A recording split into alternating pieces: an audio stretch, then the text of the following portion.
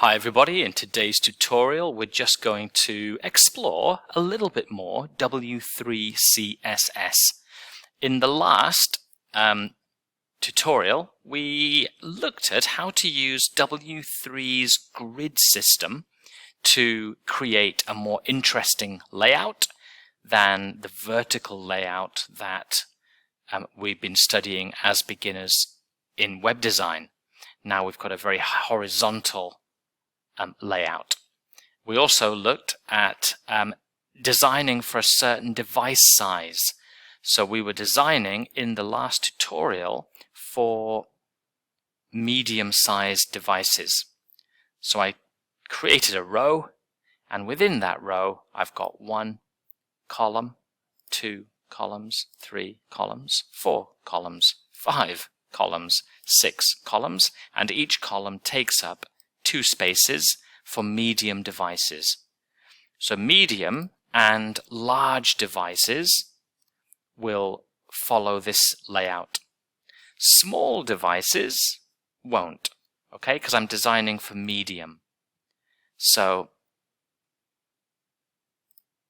if we look at this, this is probably a large layout. Let's shrink it down a little bit to medium. Probably about there, something like that. That's probably a medium-sized device. And the design still exists. I designed for medium.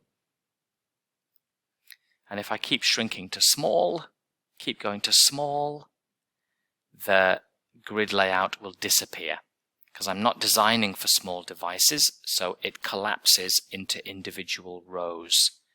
I don't have to do any horizontal scrolling. I'm just doing vertical scrolling, and I can see all of the content in the web page.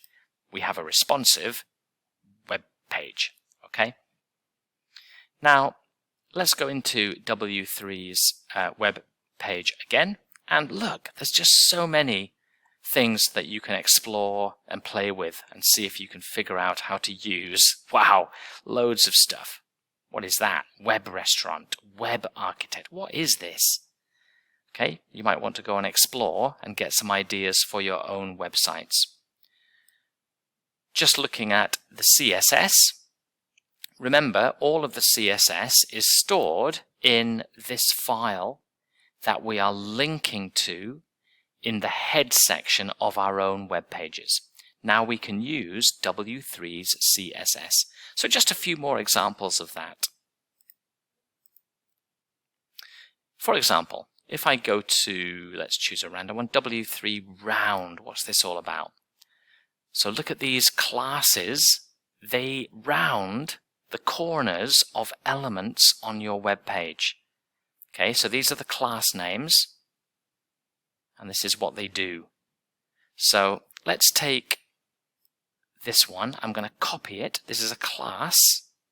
I'm going to paste it into an image element on my web page. I already have the class attribute here, so I don't need to make another one.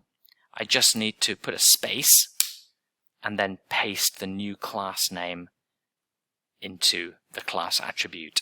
So this image is now impacted by 2 classes, the W3 image class and the W3 round extra large class. So let's see what impact that has on my web page. Can you see? It's rounded the border of that image. Okay?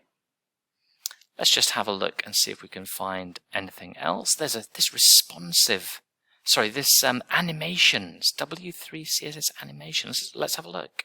Oh, okay. Oh, okay. So you've got all these to play with. Let's see if we can figure out how to use them. They're just classes again. We just have to apply the class to an element. So let's take the W3 spin class. I'm going to copy that, and I'm going to paste it into one of my buttons. So here we've got a class, W3 button, W3 red. I'm just going to put a space and paste in the new class, W3 spin. So 3 classes are affecting this button. And let's see what happens in my web page. So now my button is animated. That might get a little bit annoying after a while, but at the moment it's quite fun. Okay? So that's really all I wanted to introduce in today's short tutorial video. Take some time to explore some of these options that W3 CSS provides. See if you can find new ways to create interesting, attractive, and fun web pages.